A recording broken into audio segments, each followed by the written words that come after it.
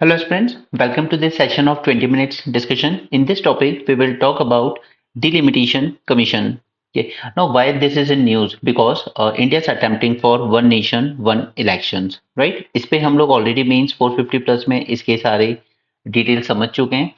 But यहाँ पर India में सबसे पहले होगा सेंसस, उसके बाद जाके की जाएगी delimitation of constituencies and after this delimitation applicable हो जाएगा women's reservation.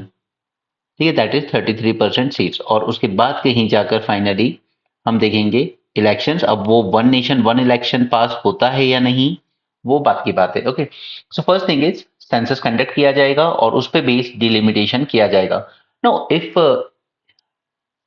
if you're writing an answer in mains on this topic, I would expect two three things from you. Okay, अगर वो चीजें आपके आंसर में दिखेगी, only then I would consider your answer as at least five or six that I can give you. Okay, so one is you should definitely mention about the Article 82 and Article 170, right? And इसके अलावा 42nd, 84th and 87 constitution amendment. अगर ये दो चीजें आपके answer में नहीं मिल रही हैं तो आप जितना मर्जी बातें इधर उधर घुमा लो, आपको उतने अच्छे मार्क्स फैच नहीं होंगे. ओके, दैट वाई आई से कि जब आपसे सिर्फ 150 या 250 वर्ड्स में पूछा गया है answer, so there are some specific keywords जो आपके आंसर में क्लियरली विजिबल होना चाहिए. उसी पे बेस्ड आपकी मार्किंग होती है. Okay, no one is going to read each and every word of your answer, वो भी इतनी हजारों कॉपीज में कोई नहीं करने वाला है, right? So what the examiner look is these things. All right, so chaliye, first thing is how would you define the delimitation? What is actually delimitation? So it is an act or a process of fixing the limits or boundaries of territorial constituencies in a country to reflect the changes in population. That means अगर हमारा एक state है से MP, okay, इसमें तो यहाँ पर 29 Lok Sabha seats आती हैं. ओके, सो यहाँ पर हर एक में कॉन्स्टिट्यूएंसी फिक्स की जाएगी, उसका टेरिटोरियल साइज फिक्स किया जाएगा. दैट मीन्स इस पूरे मध्य प्रदेश की टेरिटरी को हमें 29 पार्ट्स में डिवाइड करना है. ओके, अब होता क्या है कि अभी हमारी जो कॉन्स्टिट्यूएंसीज बनी हुई है पूरे इंडिया में वो 1971 के सेंसस के हिसाब से नंबर्स फिक्स किए गए थे. 29 Lok Sabha seats for example in MP. Okay, तो ये पॉपुलेशन लगातार बढ़ती रही. फिर 2001 का जब सेंसस आया तो ये डिसाइड किया गया कि नंबर ऑफ सीट्स इतनी रखते हैं, सिर्फ एरिया वाइज इसको फिर से डिमार्केट कर लेते हैं. ठीक है, कहीं की पॉपुलेशन किसी एरिया में बड़ी होगी, किसी एरिया में घटी होगी due to migration and all. Okay, so सिर्फ कॉन्स्टिट्यूंसीज के साइज चेंज किए गए थे, बट जो नंबर ऑफ सीट्स थी उनको सेम ही रखा गया था. Okay, this is one thing. So population में जो चेंजेस हो रहे हैं उसको रिफ्लेक्ट करने का जो प्रोसेस है वो कहलाता है delimitation. In India the task of delimitation exercise is assigned to a high power body and such a body is known as delimitation commission और boundary commission. Alright, now one thing I can assure you, आपको इस पे based question prelims में definitely मिलेगा.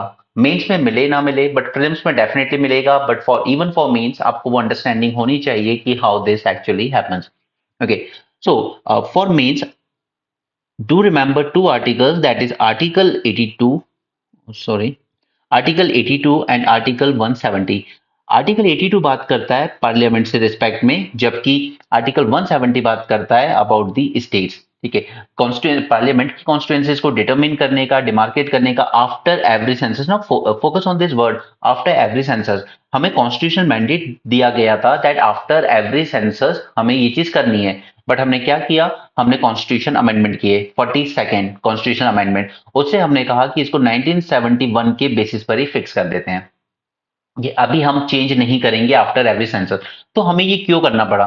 ये हमें इसलिए करना पड़ा बिकॉज सभी स्टेट्स में कहीं ना कहीं होड़ लगी थी कि जितनी ज्यादा पॉपुलेशन होगी किसी स्टेट्स की, उतनी ही ज्यादा नंबर ऑफ सीट्स मिलेंगी आपको पार्लियामेंट में, राइट? यानी कि लोकसभा वगैरह में. तो रीजनल पार्टी से भाई ये एक इंसेंटिव था कि हाँ हमारी पॉपुलेशन बढ़नी चाहिए. अब क्योंकि डिलिमिटेशन 2026 में दोबारा होना है, अभी सेंसस कंडक्ट किया जाएगा इस बार 2025 में, उस पे बेस डिलिमिटेशन होगा. इसलिए आप देखते हैं कि अब आंध्र प्रदेश, तेलंगाना, तमिलनाडु, इनसे वहां की जो रीजनल पार्टी से कॉल दे रही है कि इंक्रीज योर पॉपुलेशन. ठीक है, हमें अपनी पॉपुलेशन बढ़ानी होगी, अदरवाइज जो नंबर ऑफ सीट्स है वो डिक्रीज हो जाएंगे लोकसभा में, स्पेशली जैसे रीजनल पार्टीज होती हैं, डीएमके हो गए, राइट, इनको काफी लॉस हो जाता है इसमें। नेशनल पार्टीज जो है उन्हें इतना फर्क नहीं पड़ता, BJP Congress type, but regional parties को फर्क पड़ता है। अब सपोज कीजिए कि अगर आंध्र प्रदेश से इनकी नंबर ऑफ सीट्स घट के ऑलमोस्ट मान लीजिए 10 हो जाती है, ठीक है, तो फिर उस पार्टी का रेलेवेंस ही बहुत कम हो जाता है वहां पर, राइट। इसलिए सदर्न स्टेट्स की पार्टी से आज हमें इस तरह की कॉल्स सुनने को मिल रही है that we need to increase our population.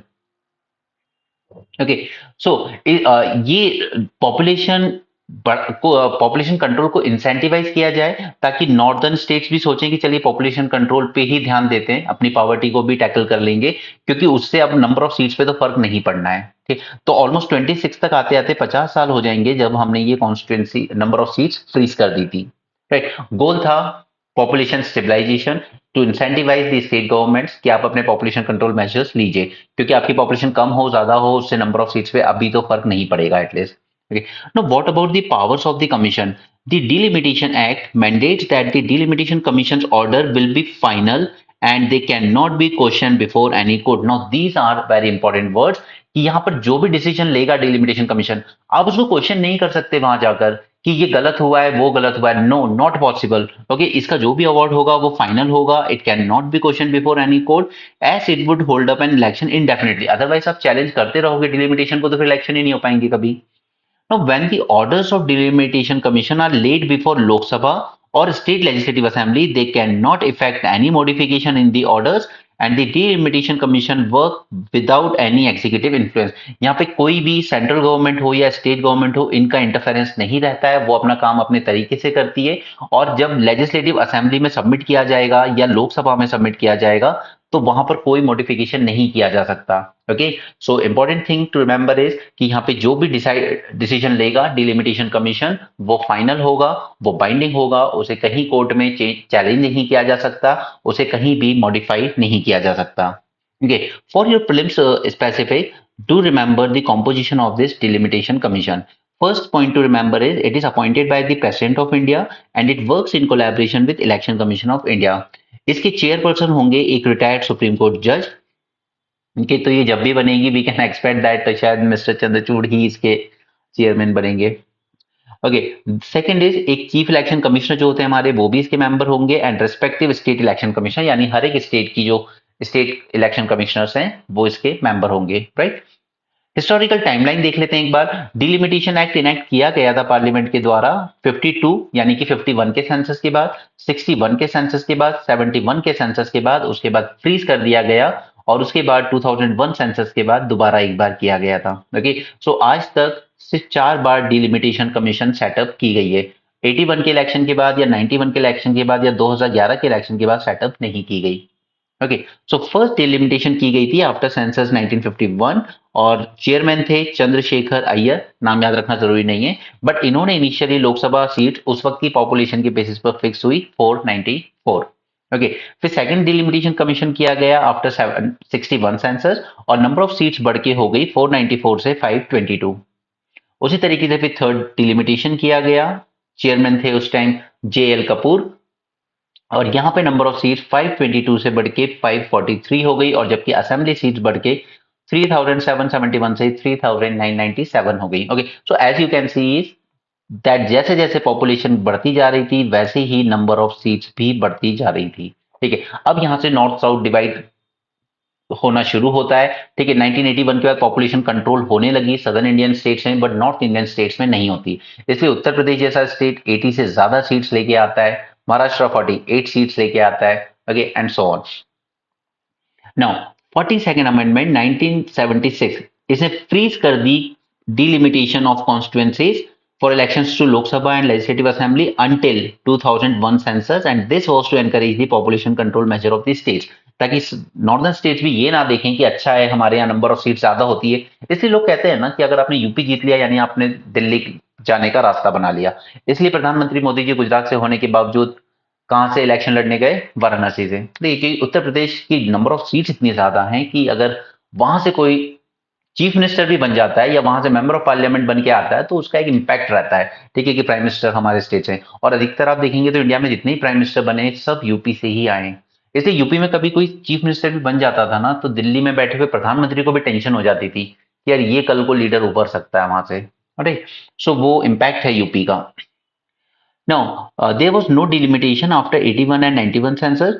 Fourth की गई थी 2001 सेंसस डेटा के बेस पर, लेकिन यहाँ पे किया गया था कि सिर्फ आप बाउंड्रीज एडजस्ट कर सकते हो, यानी कि अगर ये कॉन्स्टिट्यूएंसी थी तो इस कॉन्स्टिट्यूएंसी को यू कैन से कि हम इधर शिफ्ट कर सकते हैं या दूसरी बना सकते हैं या और बड़ी कर सकते हैं, इसको जो करना है आपको एरिया में चेंजेस कर सकते हो, लेकिन नंबर ऑफ सीट्स में कोई चेंजेस नहीं होंगे। ओके। उसके बाद 84th अमेंडमेंट 2002 इसने फ्रीज कर दी टिल 26। तो ऑलमोस्ट 50 साल दे दिए गए नॉर्थ इंडियन स्टेट्स को कि अब अपनी पॉपुलेशन कंट्रोल कर लो, बट अभी भी नहीं हुआ है, कुछ नहीं हुआ है। ओके। क्योंकि अगर अभी जो रेशियो है एक सीट वर्सेस पॉपुलेशन का, अगर हम वो बढ़ाने जाएंगे ना तो यूपी की 80 सीट्स बढ़ के 140 सीट्स हो जाएंगी, ठीक है। और इसलिए सदर्न स्टेट्स हम बात कर रहे हैं कि हमें भी अपनी पॉपुलेशन बढ़ानी होगी, otherwise we will lose number of seats in Lok Sabha. अब उसका एक ही तरीका है जो मैंने आपके साथ एक बार न्यूज़पेपर डिस्कशन में भी शुरू किया था, ठीक है। अभी हम वे फॉरवर्ड में बात करेंगे उसकी। 87th Amendment Act, it provided for delimitation of constituencies on the basis of 2001 census and not 91 census। क्योंकि यहाँ पे जब ये इनेक्ट हुआ था तब बात की गई थी कि चलिए 91 के सेंसस के बेसिस पर टेरिटोरियल एडजस्टमेंट कर लेते हैं, बट तब तक 2001 का डेटा आ चुका था, तो फिर सोचा गया कि चलिए 2001 का ही सेंसस यूज कर ले, 91 का क्यों करना। ओके। 2001 में ही हो रहा था ये सब। ऑलराइट, तो ये कुछ चीजें हैं जो मुझे आपके आंसर में डेफिनेटली दिखनी चाहिए। अब हम लोग बात करते हैं तीन चीजों की, significance, challenges and further steps क्या हो सकते हैं। Now what is the significance of this delimitation, क्यों करने की जरूरत है। First is to ensure the proportional representation, ठीक है, सभी सेगमेंट्स के लिए। ये हो सकता है कि जैसे जनरल है या ओबीसी है, हो सकता है इनकी पॉपुलेशन में कमी देखी गई हो, लेकिन हो सकता है एससी एसटी की पॉपुलेशन में इंक्रीज हुआ हो, ठीक है। कुछ कॉन्स्टिट्यूएंसी ऐसी हो जहां पर आज एसटी एससी की पॉपुलेशन बढ़ गई हो, तो इनका रिजर्वेशन, स्पेशली पॉलिटिकल रिजर्वेशन, यानी कि जो सीट्स रिजर्व कर दी जाती है कई बार, या फिर अब विमेन का भी जो रिजर्वेशन है, तो वो प्रोपोर्शनल रिप्रेजेंटेशन हम तभी इंश्योर कर सकते हैं जब हम लेटेस्ट पॉपुलेशन डेटा यूज करेंगे, दैट इज लेटेस्ट सेंसस। इसलिए ये टाइम टू टाइम करना जरूरी हो जाता है to ensure the proportional representation, किस सेक्शन की पॉपुलेशन बढ़ रही है, किसकी घट रही है, उसके अकॉर्डिंग। ओके। और साथ में ये भी ध्यान रखना है कि हर एक seat, every seat represents as far as possible same number of population। okay, second is reservation of seats for SC and ST, क्योंकि सिर्फ ST SC को ही ये राइट दिया गया है इंडिया में दैट आपकी जितनी पॉपुलेशन होगी उसके प्रोपोर्शन में ही आपको रिप्रेजेंटेशन दिया जाएगा, राइट। ओबीसी में ऐसा नहीं, ओबीसी की पॉपुलेशन हो सकता है 50% से ज्यादा हो, बट दैट डजंट मीन कि आपको 50% रिजर्वेशन मिल जाएगा, ठीक है। वो SC SC पे ऐसे उनको प्रोपोर्शन में ही मिलता है उनकी पॉपुलेशन की। Second is, third is impartial exercise. तो यहां पर जैसा हमने ऊपर देखा कि ये बिल्कुल इंडिपेंडेंटली फंक्शन करती है, इंडिपेंडेंटली फंक्शन करती है, कोई एग्जीक्यूटिव का इंटरफेरेंस नहीं होता यहाँ पर, चाहे सेंट्रल लेवल पे या स्टेट लेवल पर। आप लोकसभा या फिर लेजिस्लेटिव असेंबली के सामने जब अपनी रिपोर्ट भी सबमिट कर रहे हो तो वो उसमें कोई मॉडिफिकेशन नहीं कर सकती, आप किसी कोर्ट में उसको चैलेंज नहीं कर सकते। It is absolutely impartial exercise, और इसलिए ये टाइम टू टाइम होना जरूरी भी है। And it uphold the principle of one vote one value, क्योंकि ऐसा नहीं होना चाहिए कि यूपी की पॉपुलेशन ही सब कुछ डिसाइड कर दे रही है, या UP, Bihar and Maharashtra combined, यही तीन स्टेट्स की पॉपुलेशन डिसाइड कर दे रही है कि कौन सी पार्टी पावर में आएगी और कौन प्रधानमंत्री बनेगा, ठीक है। और सदर्न स्टेट्स के पास वो वॉइस ना रह जाए, तो फिर वो one vote one value defeat हो जाता है, ठीक है। तो इसके लिए सिग्निफिकेंस जरूरी है इसका, ठीक है। So write 4 points about the significance, 3-4 points about criticism and challenges. इसका क्रिटिसिज्म यही रहा है कि no challenge in the number of seats despite increase. Population काफी इंक्रीज हुई है सिंस 1971। 1971 में हमारी पॉपुलेशन थी अराउंड 80 करोड़ से भी कम, ठीक है। यानी आज भी हम लोग 80 करोड़ पॉपुलेशन को ही रिप्रेजेंट कर रहे हैं, to be honest, in number of seats, ठीक है। इसीलिए हम लोग कहते हैं कि दो मुस्लिम पॉपुलेशन ऑलमोस्ट 25 करोड़ है, बट उसके बाद भी मुस्लिम्स का representation in parliament is quite less, ठीक है, काफी कम है। Okay, skipping the delimitation exercise. अब ये हम स्किप करते चले गए, बट उसके पीछे कोई पॉलिटिकल रीजंस नहीं थे, रीजंस वर डेमोग्राफिक, ठीक है। क्योंकि हम ये चाहते थे कि जो नॉर्दर्न स्टेट्स हैं उनको ये इंसेंटिव मिले कि नंबर ऑफ सीट्स में कोई चेंज नहीं होना है, आप भी अपनी पॉपुलेशन कंट्रोल कीजिए जैसे सदर्न स्टेट्स ने की। अब आप देखिए कि हम लोग 26 में डिलिमिटेशन करने जा रहे हैं, सदर्न स्टेट से अभी से ये पॉलिटिशियंस की तरफ से ये वॉइस रेस होने लगी है कि you need to increase a population, ठीक है, 3 बच्चे कीजिए, 5 बच्चे कीजिए and so on. Now what will be the challenges? सबसे बड़ा चैलेंज यही है कि ये एक्सरसाइज डिसएडवांटेज पे ले जाएगी उन स्टेट्स को जिन्होंने पॉपुलेशन कंट्रोल की है। ठीक है, मैंने आपके साथ न्यूज़पेपर में जब डिस्कस किया था तो मैंने कहा भी था कि there are some states like Tamil Nadu, Kerala, they will lose the number of seats, right? They will actually lose the number of seats, जबकि यूपी, बिहार, महाराष्ट्र जैसे states, Madhya Pradesh, they will see increase in their number of seats. That means कि जो भी party UP, Bihar, Maharashtra, ये इन states को और MP, इन states में जो पॉलिटिकल पार्टी मजबूत होगी वही कहीं ना कहीं दिल्ली पे राज करेगी। ओके, सो ये एक डिसएडवांटेज है इन सदर्न स्टेट्स के लिए। नाउ इट इज लाइक कि आपने उन्होंने अच्छा काम किया है, आप उसको पनिश कर रहे हो। ठीक है, you are punishing the results, the performance. Second is it is disadvantages for religious regional parties. No, regional parties की अगर आप बात करें तो एक तो वैसे ही वो जैसे डीएमके है, ठीक है, वो मोस्टली सिर्फ तमिलनाडु में ही है, या फिर टीएमसी है वेस्ट बंगाल की, ठीक है, वो मोस्टली वेस्ट बंगाल में ही है, एक आध दो सीट कभी गोवा या कहीं पे जीत लेती है। तो इनके लिए बहुत इंसेंटिव हो जाएगा कि हम जैसे तैसे 30-40 सीट पे फाइट करते थे, अब आपने वो भी रिड्यूस कर दी, तो फिर रीजनल पार्टीज का वजूद नहीं रह जाएगा, जो नेशनल पार्टीज होंगी वही ज्यादा ग्रो करेंगी। Right, this will be second challenge. Second is it can fuel the separatist movement. Now वो सब जो मूवमेंट चलती थी एक टाइम इंडिया में चली थी, Dravid land and all those things, ये चीजें होंगी। आज हम लोग फिजिकल स्पेस में देख रहे हैं, हमने फिजिकल डिसेंट्रलाइजेशन की जब बात की थी तो हमने देखा था कि केरल, तमिलनाडु, कर्नाटक, इन सब के कंसर्न्स क्या है कि हम लोग 1 रुपए अगर टैक्स दे हमारे स्टेट से जाता है सेंट्रल गवर्नमेंट के पास, तो we receive less than 1 rupees back. ठीक है, जबकि बिहार से आता है 1 रुपए टैक्स और वहां पे रिटर्न जाता है उनके पास 6 रुपीज टैक्स। ठीक है, बिहार पे क्यों? क्योंकि जो डिवोल्यूशन फॉर्मूला है उसमें पॉपुलेशन को बहुत हैवी वेटेज दिया गया है, राइट? तो इस वजह से वैसे ही फिजिकल डोमेन में सदर्न स्टेट्स नाराज चल रहे हैं, उसके बाद अगर आपने पॉलिटिकल रिप्रेजेंटेशन में भी उनको मार्जिनलाइज कर दिया, that means it will fuel the separatist movement. Fourth is delay in the implementation of women reservation. Now women reservation जब पास हुआ था भारतीय नारी अधिनियम बिल, तो उसमें इसको लिंक कर दिया गया था कि नेक्स्ट जो सेंसस होगा उस पे बेस्ड जो डिलिमिटेशन होगा तब जाकर ही ये रिजर्वेशन फोर्स में आएगा। तो अगर ये डिलिमिटेशन डिले होगा तो फिर वो विमेन रिजर्वेशन भी डिले होगा। Next is further steps. Now अब इस पे क्या करें हम? देखिए, पहले तो एक नेशनल कंसेंसस डेवलप करना होगा, जबरदस्ती इंप्लीमेंट नहीं करना होगा, सदर्न स्टेट को कॉन्फिडेंस में लेना होगा। और इसका एक तरीका हमने जो न्यूज़पेपर में डिस्कस किया था, article written by the faculty of officers IAS academy, उन्होंने कहा था that we can go for separate formula. That means southern states let them give get 1 seat पर 10 लाख पॉपुलेशन, बट यहीं पर नदर्न स्टेट्स जिनमें पॉपुलेशन कंट्रोल नहीं किया उन्हें 1 सीट दी जाएगी for 20 lakh population. This is the practical formula जो उन्होंने दिया था, and even that was considered as quite practical. ठीक है, तो दिस इज पॉसिबल, तभी जाकर शायद वो नेशनल कंसेंसस इमर्ज हो पाएगा, अदरवाइज सदर्न स्टेट्स की ग्रीवांसेस बिल्कुल जेन्युइन है इसको लेकर। Next is incentivising the population controlling states through finance commission. तो फाइनेंस कमीशन ने एक क्राइटेरिया रखा था दैट आपने अपने पॉपुलेशन कंट्रोल मेजर कितना किया है। ठीक है, लेकिन ये पॉपुलेशन कंट्रोल मेजर का जो रखा था इन्होंने, उसको हार्डली 2.5% वेटेज दिया था, तो उससे कोई ज्यादा फर्क आया भी नहीं फाइनेंसेस में। अभी भी सदर्न स्टेट्स की ग्रीवांसेस बिल्कुल सही है। Next is introduction of flexible framework. Now, flexible framework, that means आप every 10 years you should allow a periodic review, और इसमें amendment होती रहनी चाहिए ताकि जो real demographic changes हो रहे हैं वो reflect हो। ज्यादा लॉन्ग गैप नहीं होना चाहिए, जैसे अभी अब जो डिलिमिटेशन होने जा रहा है उसमें बहुत लॉन्ग गैप हो चुका है ना, 71 में सीट्स डिसाइड हुई थी, नंबर ऑफ सीट्स, और अब हम 2025 में एंटर करने वाले हैं, तो इतना लॉन्ग डिले नहीं होना चाहिए। Should be flexible, every 10 year ये रीएडजस्टमेंट होते रहना चाहिए ताकि इतने ग्रीवांसेस ना बने। Next is public participation platform. तो यहाँ पे आपको पब्लिक की फीडबैक जरूर लेने चाहिए, राइट? क्योंकि एक जब तक आप सिटीजन्स का इन्वॉल्वमेंट नहीं होगा वहां पर, प्रपोज बाउंड्रीज, उसमें कोई ट्रांसपेरेंसी नहीं होगी, उसमें इंक्लूसिविटी फील नहीं होगी, तब तक सदर्न स्टेट्स की सिर्फ पॉलिटिकल पार्टी ही नहीं, वहां के लोग भी डिसअपॉइंटेड रहेंगे इस चीज से। Next is strengthen the delimitation commission.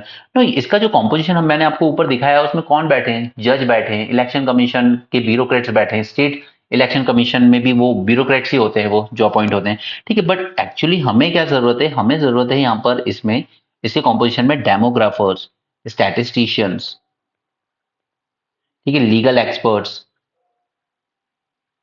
And representatives of civil society, इन सबको इंक्लूड करना होगा हमें डिलिमिटेशन कमीशन में, तभी हम एक प्रैक्टिकल फॉर्मूला पर आ सकते हैं या प्रैक्टिकल अप्रोच ले सकते हैं कि किस तरीके से हमें 26 के डिलिमिटेशन करने हैं। ओके, सो ये आपके प्रीलिम्स पॉइंट ऑफ व्यू से and mains point of view से ये टॉपिक खत्म होता है। So that's it for this session, thanks for joining, have a great day and keep learning.